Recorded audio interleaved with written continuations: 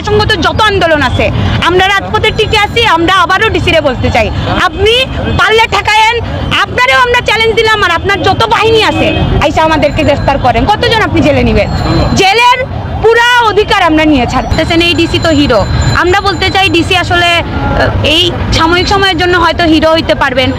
এই ডিসিরে আমাদের এই এলাকার শ্রমজীবী মেহনতি মানুষজন চায় না। ফলে এই ডিসির স্ক্রিপ্টে সমস্যা আছে।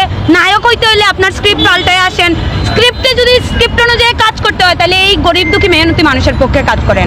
আজকে যে অটোরিক্সা শ্রমিকরা আন্দোলন করতেছে আপনারা তাদেরকে আবাদি বলতেছেন। আজকে যে অটোরিক্সা শ্রমিকদের পক্ষে মানুষ কথা বলতেছে আমার মতো, যারা আসলে সাধারণ ছাত্র, যাদের চেহারা ছবি দেখতে খারাপ, স্ক্রিনের বাইরে গিয়ে আপনি আমার 10টা কমেন্ট করতে পারেন, এই মানুষগুলোর পক্ষে অবস্থান করে কাজ করেন। আমরা জুলাইয়ে দেখাই দিছি যে হাসিনার পুলিশ প্রশাসন আর্মি কোনো কিছুকে আমরা তোয়াক্কা করি না।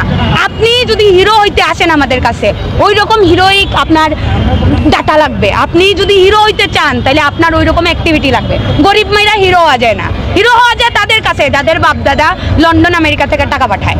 এখানে সিলেটের এই রিক্সা শ্রমিকদের আবাদি বলছে না, কিছু মানুষজন আমারেও বলবে আমি এখানকার সিলেটের লোকাল, আমারে বলা লাগবে না, আমারে বইলা বুঝাইতে হবে না যে আমি এখানে সিলেটের লোকাল মানুষ।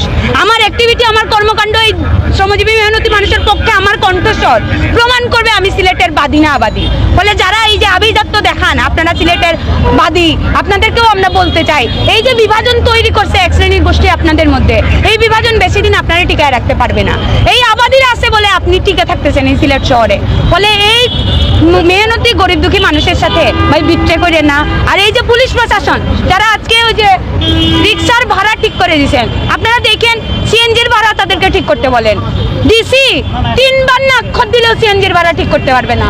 এই যে আম্বরখানা পয়েন্ট থেকে বিশ্ববিদ্যালয়ে যাইতে কয় টাকা ভাড়া লাগে আপনি চিন্তা করে দেখেন। এখান থেকে আম্বরখানা পয়েন্ট থেকে বিশ্ববিদ্যালয়ে যাইতে না হলে 20 থেকে 30 টাকা আমাদের হাতে গুনতে হয়। তা আমরা যারা আসলে পড়াশোনা করি, আমাদের বাপরা তো যে আমার বাপ ধরে রিক্সা চালায়, সেই বাপের পক্ষে তো আমাদের প্রতিদিন 500 টাকা পকেটে দিয়ে বিশ্ববিদ্যালয়ে পাঠানো সম্ভব না।